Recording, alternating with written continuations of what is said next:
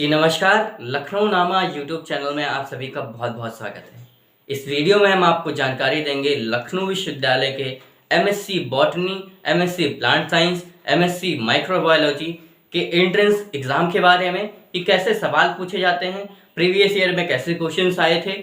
साथ ही साथ हम आपको बताएंगे लखनऊ विश्वविद्यालय के इन तीनों सब्जेक्ट की फीस स्ट्रक्चर क्या है और इनमें सीट्स कितनी हैं। तो उससे पहले हम आपसे रिक्वेस्ट करते हैं कि अगर आप यूट्यूब चैनल लखनऊ नामा पे नए हैं तो चैनल को प्लीज़ सब्सक्राइब ज़रूर करिए। साथ में बेल आइकन दबाइए, उससे नोटिफिकेशंस आएंगे आपको। लखनऊ विश्वविद्यालय और उससे अफिलिएट कॉलेज की सारी जानकारी टाइम टू टाइम मिलती रहेगी। और अगर आपकी वीडियो अच्छी लगेगी तो शेयर ज़रूर कीजिएगा अपने दोस्तों तक। तो सबसे पहले हम आपको बता देते हैं किसमें कितनी सीट है और क्या फीस स्ट्रक्चर है। शुरुआत करते हैं बॉटनी से। स्क्रीन पे भी आप देख पा रहे होंगे कि बॉटनी में 50 सीट्स हैं, सारी रेगुलर सीट हैं। फीस जो है इसकी 8,320 रुपया है। उसके बाद अगर हम बात करें तो प्लांट साइंस की, प्लांट साइंस में भी आपके जो सीट हैं वो 50 सीट्स हैं।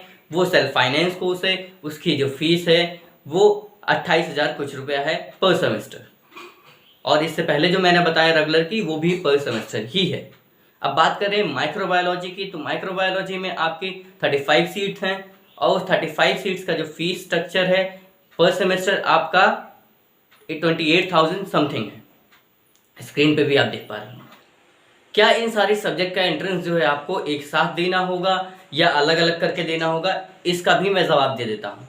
जब आप एमएससी बॉटनी का फॉर्म फिल कर रहे होंगे तो आपके ऑप्शंस आएंगे, और जब आप काउंसलिंग कराने आएंगे तो अगर आपकी रैंक अच्छी नहीं होगी एमएससी बॉटनी में तो आपको इन दोनों को ऑप्शन दिया जाएगा कि आप एमएससी माइक्रोबायोलॉजी और एमएससी प्लांट साइंस में एडमिशन ले सकते हैं, और वो सेल्फ फाइनेंस सीटें हैं।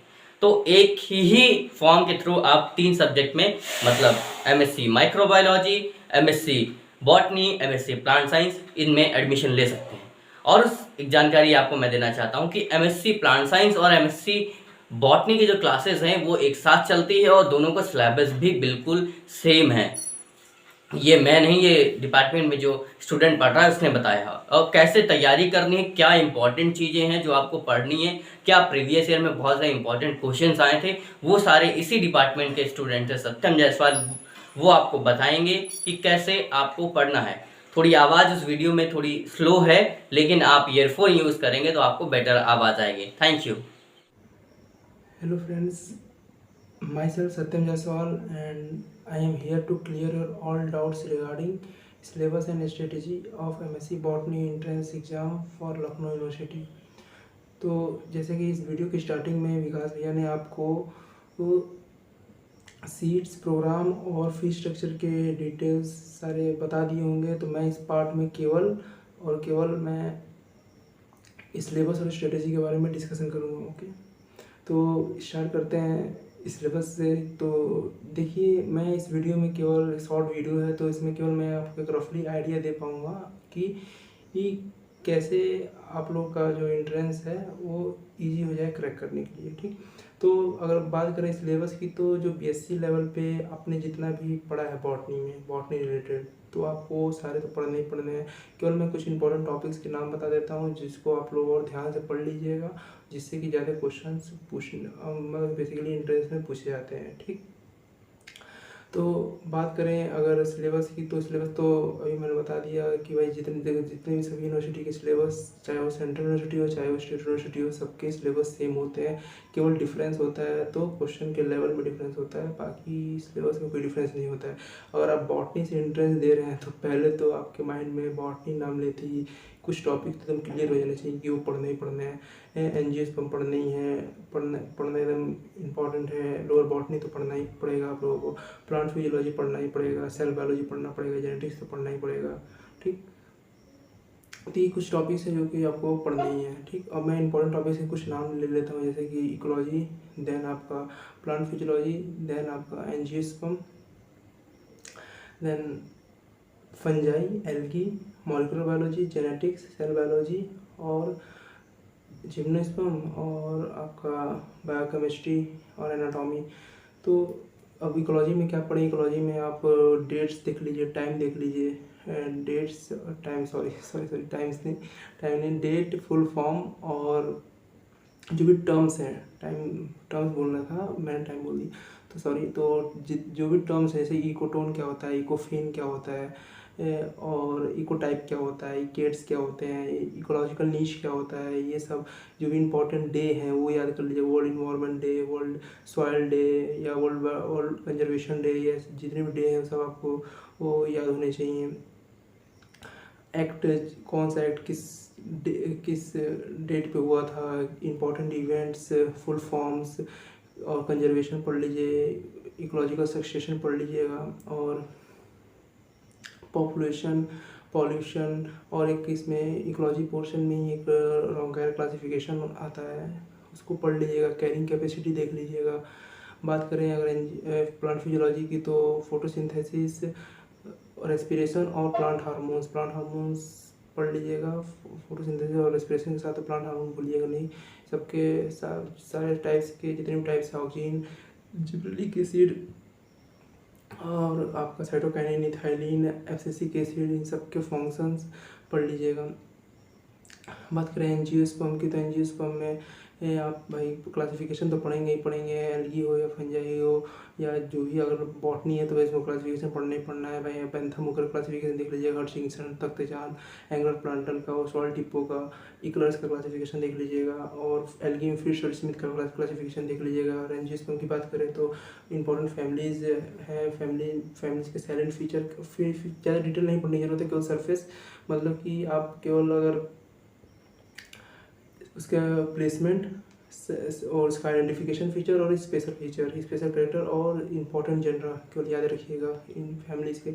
और हाँ, फ्रूट इन्फ्लोरेसेंस अच्छे से पढ़ लीजिएगा, फ्रूट और इन्फ्लोरेसेंस के डिटेल्स अच्छे से पढ़ लीजिएगा इसमें एंजियोस्पर्म में। और बात करें लोअर बॉटनी में, तो लोअर बॉटनी में एल्गी और फंजाई इंपॉर्टेंट है। फंजाई पोर्शन में प्लांट पैथोलॉजी भी आ जाता है आपका। और बात करें इस क्या कहते हैं, प्लांट फिजियोलॉजी की बात हो गई आपकी। और एनाटॉमी की, तो लीफ स्टेम की एनाटॉमी पढ़ लीजिएगा आप, और एनोमोलस स्ट्रक्चर पढ़ लीजिएगा, ठीक। और जेनेटिक्स और सेल बायोलॉजी तो अगर आपने 12th लेवल पे अच्छे से रगड़ के पढ़ा है, बेसिक्स क्लियर है, तो वो मोर ओवर आप कर ही लेंगे, मतलब सारे क्वेश्चन तो आप अटेम्प्ट कर ही लेंगे, उसके ज़्यादा डिटेल नहीं पूछता। हाँ, मॉलिक्यूलर पर थोड़ा ध्यान दे दीजिएगा, मॉलिक्यूलर लेवल पे जो जीन एक्सप्रेशन है, ट्रांसक्रिप्शन, ट्रांसलेशन, ये सब आप थोड़ा सा देख लीजिएगा। बायोकेमिस्ट्री की अगर बात करें हम, तो बायोकेमिस्ट्री में आप बायोमोलिक्यूल्स में एंजाइम्स, प्रोटीन और अमीनो एसिड का क्लासिफिकेशन, अमीनो एसिड के जो क्लासिफिकेशन है उसको ध्यान से पढ़ लीजिएगा आप लोग। और बाकी जो भी टॉपिक्स के नाम लिए हैं, माइक्रोबायोलॉजी भी पढ़ लीजिएगा, क्योंकि माइक्रोबायोलॉजी का ये कॉमन इंटरेस्ट टेस्ट है, मतलब इसके थ्रू आपको बेसिकली 3 प्रोग्राम में एंट्री मिलती है, प्लांट साइंस, माइक्रोबायोलॉजी और आपको बॉटनी में। तो भाई माइक्रोबायोलॉजी भी इसी इंट्रेंस एग्जाम के थ्रू ही आपका सिलेक्शन होगा, तो भाई माइक्रोबायोलॉजी पोर्शन भी इसमें पूछता है। तो आप वायरस, बैक्टीरिया को ध्यान से पढ़ लीजिएगा, उसको पूरा डिटेलिंग पढ़ लीजिएगा, ठीक। और लोअर बॉटनी और कुछ टॉपिक तो ऐसे हैं जिसमें आप डिस्काउंट या बार्गेनिंग मत कीजिएगा पढ़ते समय। हाँ, ये नहीं कि थोड़ा बहुत पढ़ ले भाई, जैसे कि कुछ टॉपिक है तो इसको बढ़िया से पढ़ के आइएगा। इकोलॉजी, प्लांट फिजियोलॉजी, और आपका lower botany, angiosperm, genetics, cell biology, ठीक, एनाटॉमी, ये सब आप पढ़ लीजिएगा अच्छे से। बायोमोलिक्यूल्स हो गया, तो ये है बात हो गई। अब बात कर लें पैटर्न की, एग्जाम पैटर्न की, तो कोई ज़्यादा टफ एग्जाम पैटर्न माइनस, पहली बात तो निगेटिव मार्किंग है नहीं इसमें, ठीक, तो निगेटिव मार्किंग इसमें है नहीं। ये दूसरी बात, 100 क्वेश्चन है, हर एक क्वेश्चन 2 मार्क्स के हैं, तो आपको टोटल 200 मार्क्स के पेपर होते हैं। तो आप अगर 60 क्वेश्चन अगर करेक्ट कर लेते हैं तो एकदम 101% आपकी गारंटी है, एडमिशन हो जाएगा, ठीक। और रही बात स्ट्रेटेजी की, तो स्ट्रेटेजी बस, स्ट्रेटेजी के लिए यही कहेंगे कि देखिए, कोई भी इंट्रेंस एग्ज़ाम, जितने भी इंट्रेंस एग्ज़ाम हैं उन सभी का पैटर्न ये होता है भाई। कुछ मतलब कि 40% क्वेश्चन नॉर्मल होते हैं जो सभी कर लेते हैं, 30% क्वेश्चन थोड़े टफ क्वेश्चन होते हैं, और 30% क्वेश्चन थोड़े से और मतलब कि हॉर्ड क्वेश्चन होता है, हायर थिंकिंग स्किल क्वेश्चन।